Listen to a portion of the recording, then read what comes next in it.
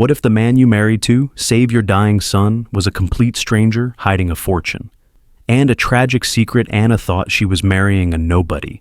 But when the truth finally comes out, will it save her or destroy her? Stay tuned, because the truth is about to shatter everything she thought she knew. The hospital corridor was a blur of white walls and rushing nurses, the air thick with the sterile scent of disinfectant and desperation. And Anna's footsteps echoed like gunshots as she raced through the hallway, clutching Leo's tiny, fevered hand in hers, his skin burning beneath her fingers, his eyes fluttering closed. "Stay with me, baby," she whispered, her voice breaking, her heart a frantic drumbeat in her chest as she burst into the ER, her breath coming in sharp, ragged gasps. "Please, someone help my son." But the nurses barely looked up, their faces grim, their eyes tired, and the doctor finally emerged, clipboard in hand, his expression blank, cold, distant. "Your son's condition is critical," he said, voice flat as a knife. "He needs surgery immediately." And Anna's stomach dropped, her knees going weak. "But I don't have insurance," she said, her voice trembling, her gaze darting between the doctor and Leo, whose small body lay limp on the hospital bed, wires and tubes snaking around his fragile frame. "Then I'm afraid there's nothing we can do," the doctor said, his eyes devoid of compassion, and Anna's vision blurred, tears burning like acid as she fell to her knees, her hands fisting the fabric of her worn, threadbare dress. "Please," she begged, voice raw. "He's only 5, but the doctor just shook his head, his expression hardening. "There are other patients who can pay," he said, and then he turned away, leaving Anna kneeling on the cold, tiled floor, her son's labored breaths echoing in her ears. And in that moment, something inside her broke, a scream clawing up her throat, and that's when she heard it, a deep, calm voice slicing through the chaos like a knife through fog. "I can pay." And Anna's head snapped up, her breath catching as a tall, dark figure stepped forward, his face shrouded in shadow, his eyes cold and empty as the doctor straightened. "Victor," the doctor said, voice tight.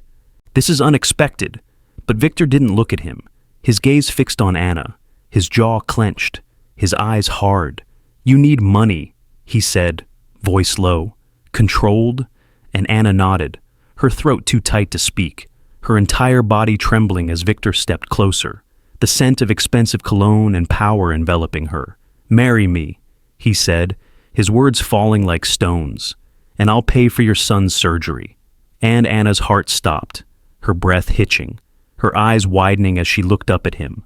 A man she had never seen before, a man whose expression was as cold and unfeeling as the walls around them.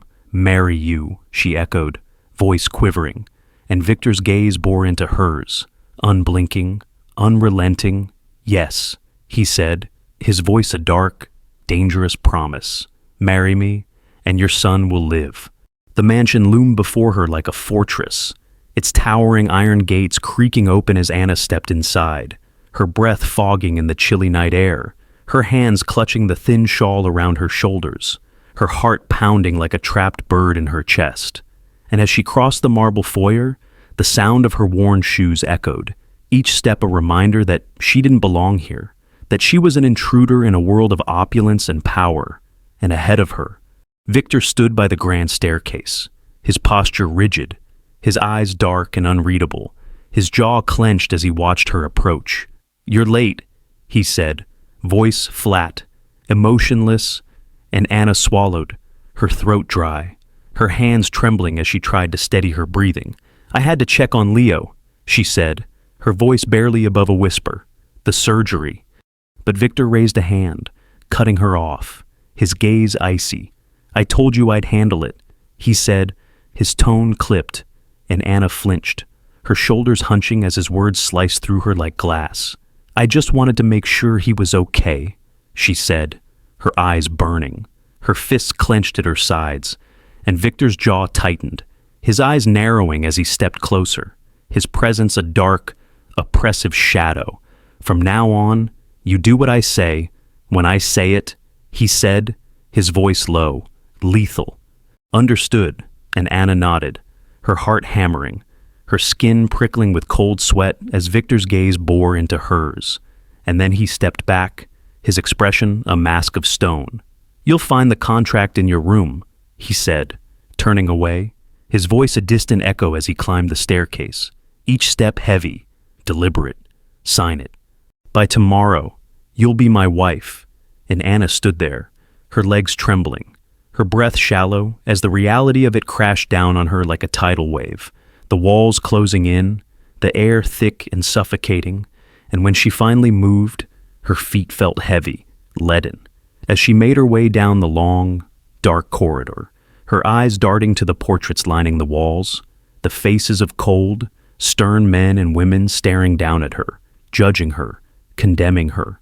And when she reached her room, she pushed open the door, her breath hitching as she took in the lavish furnishings, the silk sheets, the glittering chandelier overhead, a room fit for a queen, but she felt like a prisoner with a contract laid out on the bed, its pristine white pages gleaming under the dim light. And with shaking hands, Anna picked it up, her eyes scanning the cold, clinical words, the terms and conditions binding her to Victor, to a man she didn't know.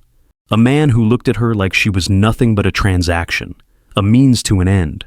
And as her eyes filled with tears, she dropped the contract, her knees giving way as she sank to the floor, her head in her hands, her body racked with silent sobs, because somewhere in that cold, empty mansion, her son was lying alone in a hospital bed, his life hanging by a thread, and she was about to sign away her soul to save him.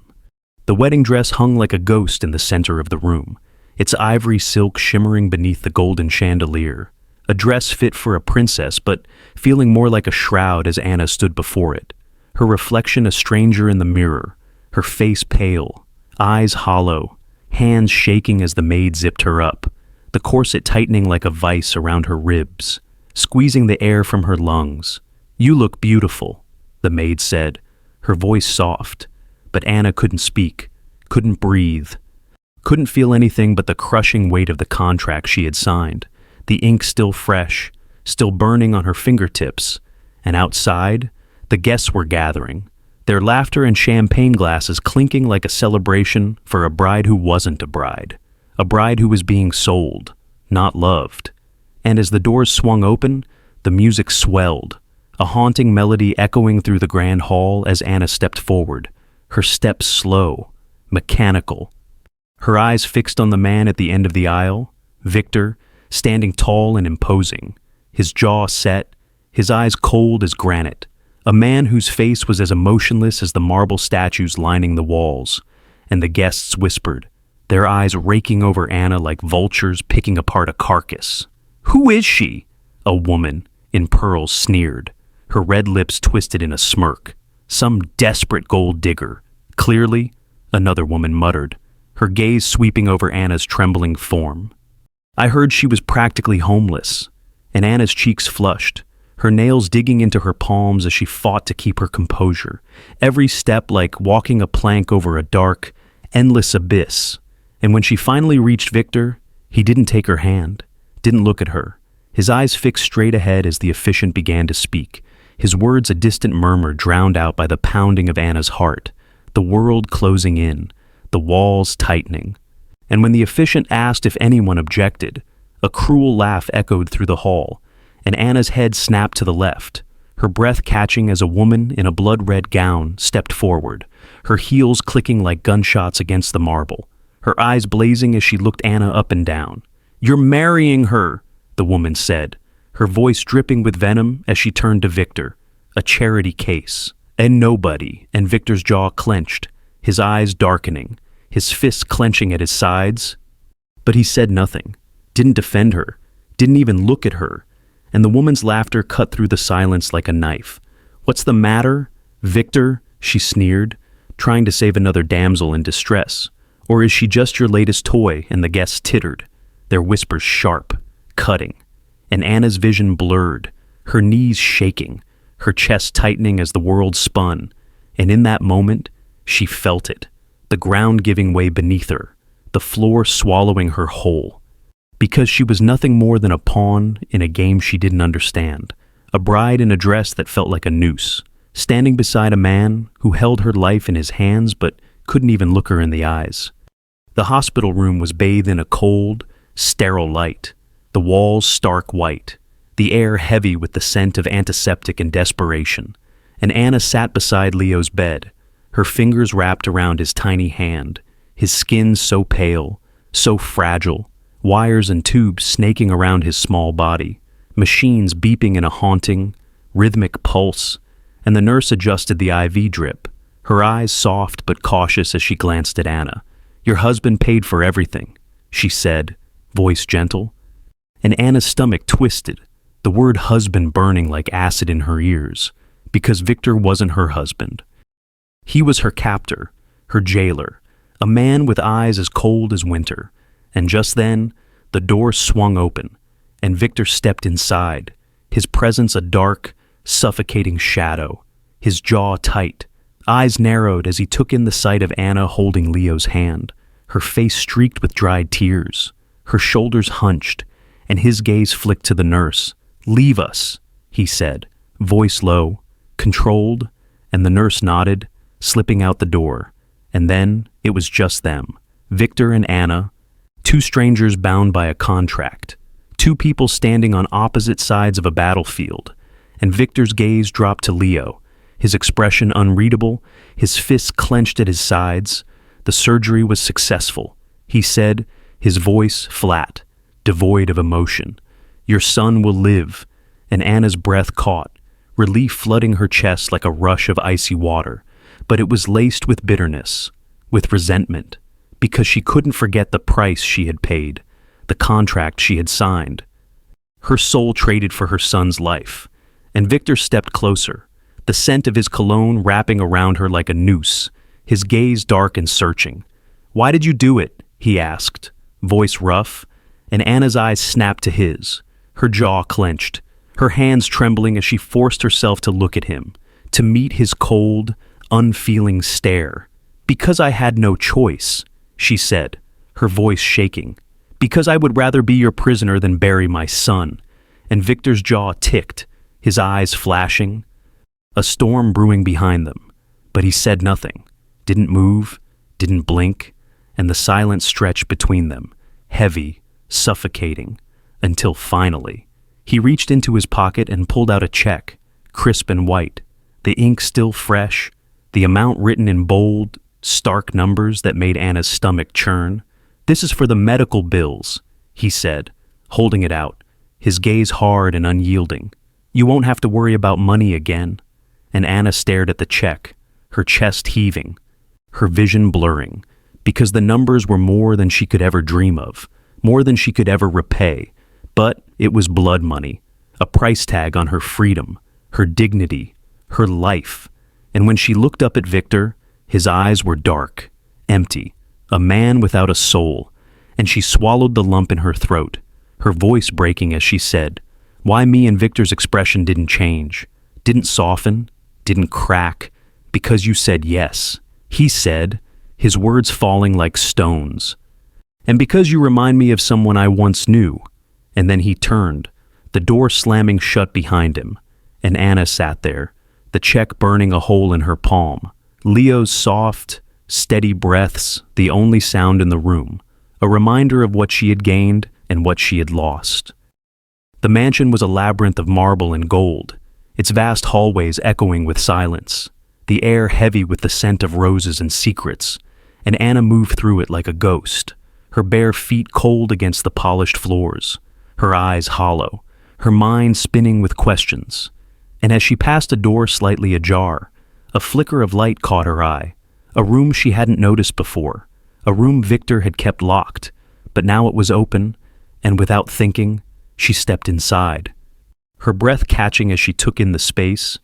A grand study, walls lined with shelves of leather-bound books, the air thick with the scent of whiskey and cigars.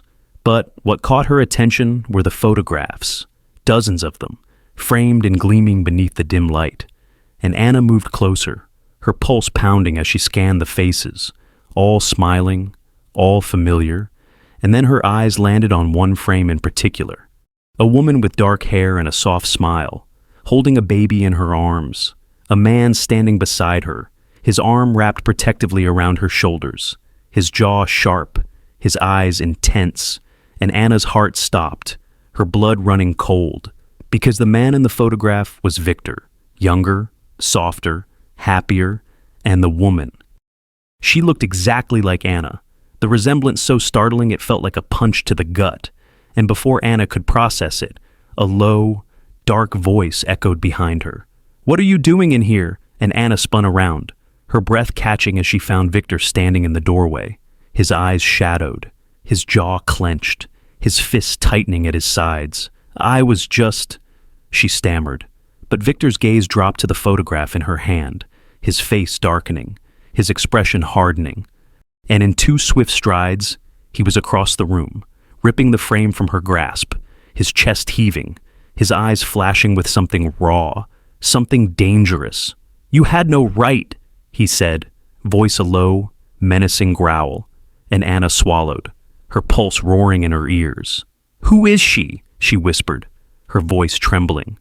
"Who is the woman in the picture?" And Victor's jaw clenched, his eyes dark and stormy as he threw the frame onto the desk, the glass shattering, shards scattering across the floor. "She's dead," he said, his voice breaking, his eyes fixed on the shards. "And you're never to speak of her again." And Anna's heart twisted, her chest aching, because in that moment, she saw it. The pain he tried to hide, the grief buried beneath the icy exterior. But before she could say another word, Victor stormed out, the door slamming shut behind him, and the sound echoed through the mansion like a gunshot, and Anna stood there alone, surrounded by shattered glass and broken memories, the face of the woman who looked just like her staring back, eyes frozen in time, a haunting reflection of the life Anna had unknowingly stepped into. The rain pounded against the glass like 1,000 tiny fists, the wind howling through the empty corridors as Anna paced the length of her room, her chest tight, her mind spinning with the image of the woman in the photograph, the woman who looked like her, the woman Victor refused to talk about, and her pulse roared in her ears as the pieces started to fall into place, memories flashing like lightning. Victor's cold, empty eyes on their wedding day, the way he never touched her, never looked at her, the way he watched Leo with a haunted, faraway gaze, like he was seeing a ghost instead of a little boy. And Anna swallowed, her mouth dry, her nails digging into her palms as she whispered to herself. Who was she? But before she could think further, the door burst open, and Victor strode in, his hair soaked, his suit dripping with rain, his eyes blazing like a storm as he marched toward her. "What were you doing in that room?" he demanded, voice low, dangerous. And Anna's heart stuttered, her back pressing against the wall as he loomed over her, water dripping from his jaw, his chest heaving.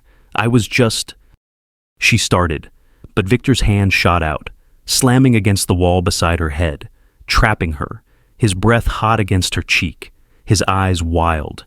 "You think you can waltz in here, dig through my past, and demand answers," he snarled, and Anna's breath hitched, her throat tightening as she forced herself to meet his gaze.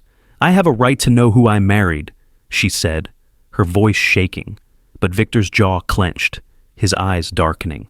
"You don't have a right to anything," he said, his words a knife twisting in her gut. "You signed a contract. Remember, this isn't a marriage. It's a transaction." And Anna's eyes burned, tears stinging as she bit down on her lip, her fists trembling at her sides. "Then why me?" she whispered, her voice breaking. "Why me, Victor? Why not some rich, beautiful woman from your world?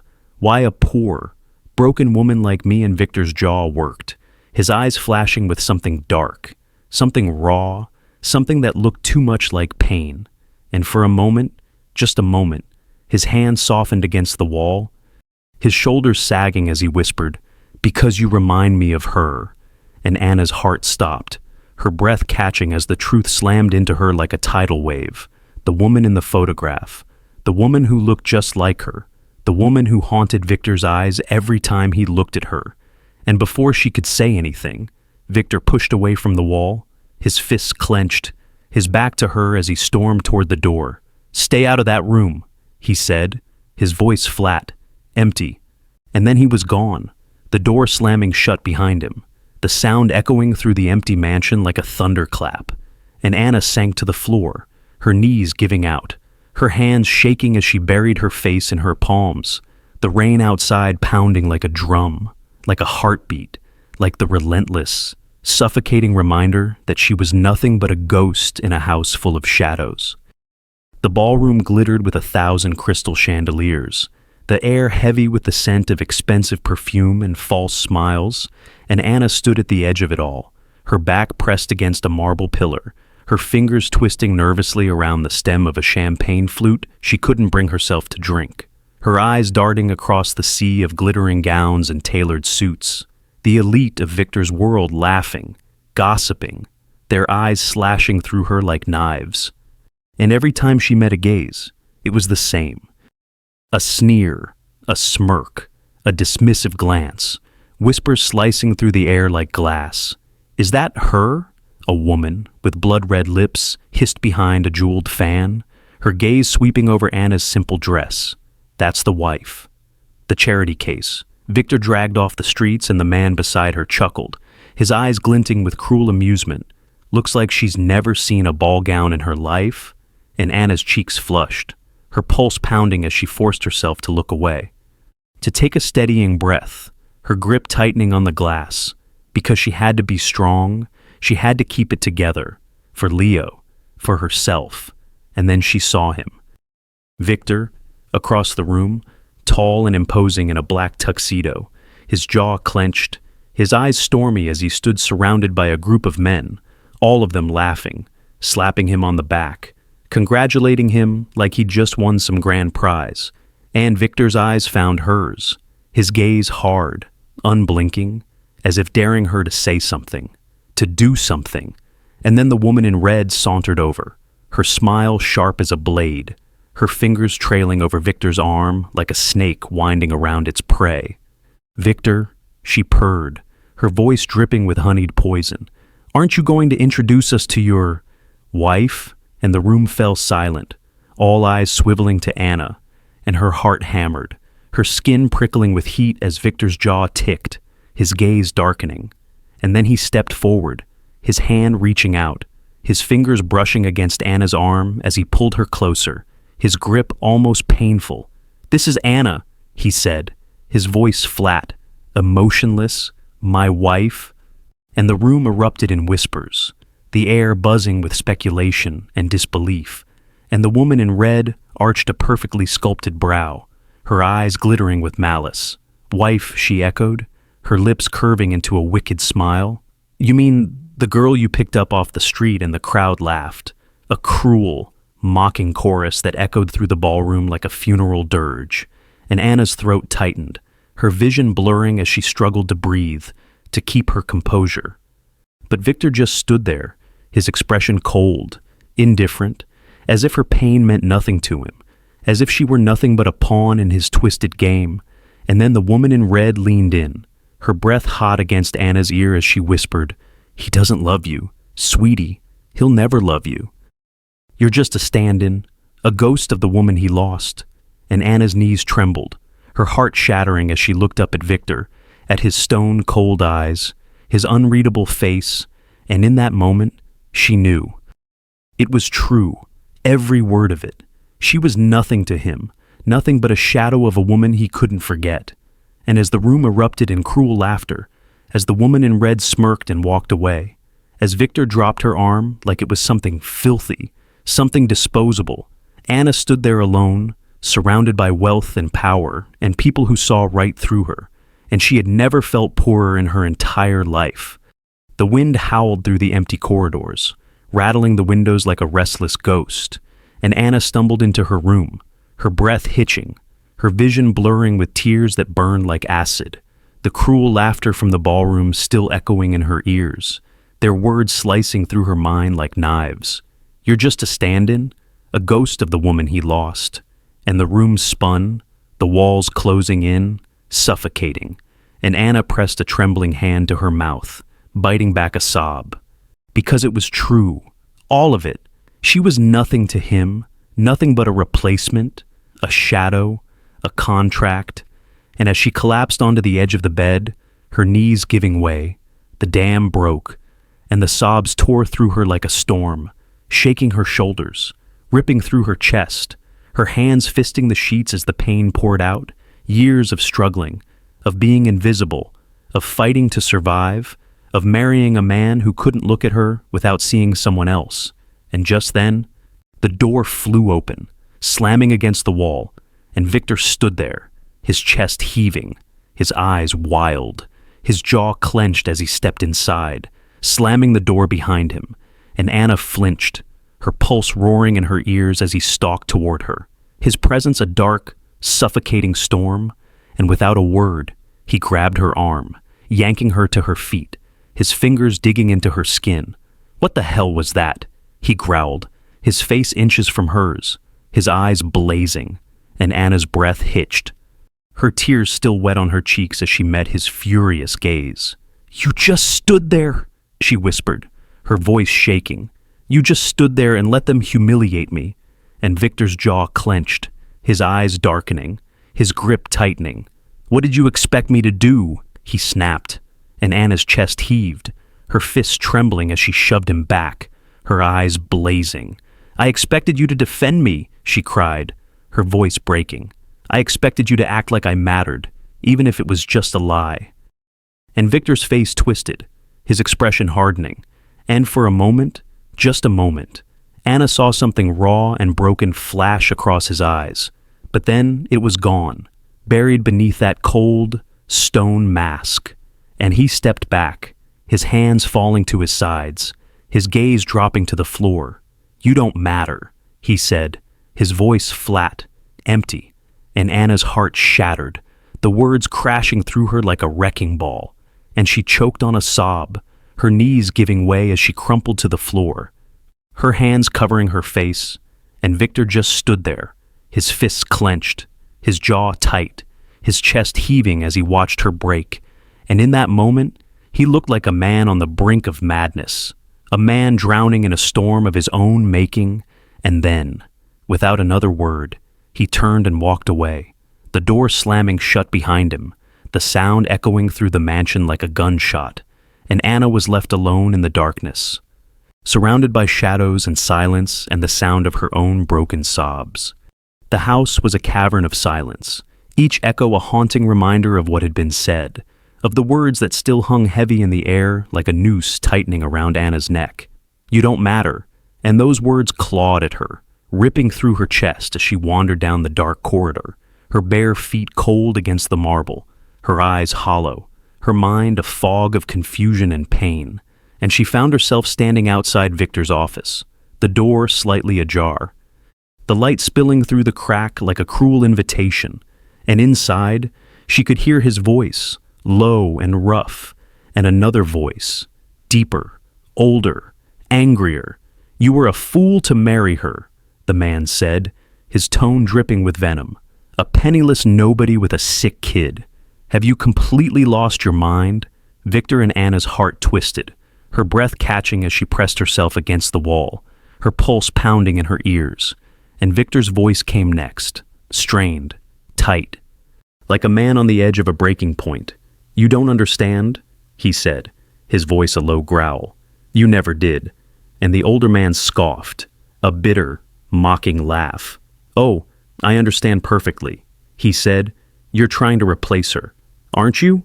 You think this girl can make you forget. You think she can fill the void your wife left behind." And Anna's knees buckled, her nails digging into her palms as the truth crashed down on her like a wave, a replacement, a shadow, a ghost. And Victor's voice trembled, thick with anger and something darker, something desperate. "Shut up," he said, his voice cracking. "You don't know anything about her." And the older man laughed again, a cruel, hollow sound. "I know enough to see that she's nothing but a pawn in your sick, twisted game," he said. "You married her because she looks like Isabel, because she reminds you of what you lost, because you're a coward who can't move on." And there was a crash, glass shattering, the sound of something breaking, and then silence, heavy, suffocating, and Anna's breath came in shallow gasps as she stepped back, her vision blurring, her hands shaking, because it was true, all of it, every word. And as she turned and fled down the corridor, her feet pounding against the cold marble, her chest heaving, she could hear Victor's voice echoing in her mind, "You don't matter," and she burst into her room, slamming the door behind her, her back pressed against it as the sobs tore through her, her body sinking to the floor, her arms wrapping around herself as if to hold herself together, because she was falling apart, because she had been nothing but a shadow of a dead woman, a pawn in a game she never asked to play. And as the wind howled outside, as the rain lashed against the windows, Anna closed her eyes, her chest aching with every ragged breath, because she was done. She was done pretending, done being a ghost, done being nothing. And as the storm raged on, she whispered to herself, "I can't stay here." And the words fell like a prayer, like a promise, like the last gasp of a drowning woman clawing her way to the surface. The suitcase lay open on the bed, clothes spilling out like a wound torn open, and Anna's hands shook as she shoved another shirt inside, her breath coming in ragged gasps, her eyes burning, her chest tight as she fought to keep it together, to hold back the sobs threatening to break through, because she had to leave. She had to get out of this house, away from Victor, away from the lies and the ghosts and the constant ache of feeling like nothing, like nobody. And as she zipped the bag, the door burst open, slamming against the wall, and there he was, Victor, his eyes wild, his hair disheveled, his chest heaving as he stood in the doorway, his fists clenched. "What are you doing?" he demanded, his voice raw, broken, and Anna swallowed, her throat tight, her hands gripping the suitcase handle like a lifeline. "I'm leaving," she said, her voice shaking, and Victor's jaw clenched, his eyes darkening, his chest rising and falling as he took a step forward. "You can't leave," he said, his voice a low, dangerous growl, and Anna's heart pounded, her vision blurring. "You don't get to tell me what to do," she said, her voice cracking. "You said it yourself." "I don't matter." And Victor flinched, as if the words had struck him like a fist, his face crumpling, his eyes flashing with pain. "I didn't mean that," he said, his voice trembling, and Anna's fists clenched, her nails digging into her palms as she met his gaze. "Then, what did you mean?" she said, her voice rising. "You married me because I look like her, because I remind you of the wife you lost, because you're too broken to move on." And Victor's eyes filled with tears, his jaw clenched, his fists shaking as he stepped closer. "You're wrong," he said, his voice breaking. "I married you because you were the first person who ever made me feel alive again." And Anna's breath hitched, her chest tightening. "You lied to me," she said, her voice a whisper. "You made me believe I was nothing." And Victor shook his head, his eyes glistening. "I was scared," he said, his voice cracking, "scared of loving you, scared of losing you, scared of feeling anything again." And Anna's heart pounded, her knees shaking, her throat tight. "You don't love me," she said, tears spilling over. "You love a ghost." And Victor's face crumpled, a sob ripping from his chest as he dropped to his knees, his head falling against her stomach, his arms wrapping around her waist, holding her like she was the last solid thing in a world falling apart. "I love you," he said, his voice a strangled cry. "I love you. Anna, not her, not Isabel, you." And Anna's breath hitched, her hands shaking as she touched his hair, as she looked down at the man who had broken her, who was now breaking himself. And in that moment, something inside her cracked open, something raw and aching and desperate to believe, and she sank to her knees, her arms wrapping around him, her face burying in his neck as the sobs finally broke free, and they clung to each other, two broken souls holding on for dear life. And as the storm raged outside, as the wind howled and the rain poured, Victor whispered against her skin, "Stay with me, Anna." And Anna closed her eyes, her heart pounding, her tears soaking his shirt as she whispered back, "I will. Sometimes Love is born not out of passion, but out of desperation. Anna traded her life to save her son, never knowing that the man she married was more broken than she was. And as the storm passes and two shattered hearts begin to heal, one question lingers. Can love built on lies ever truly set you free?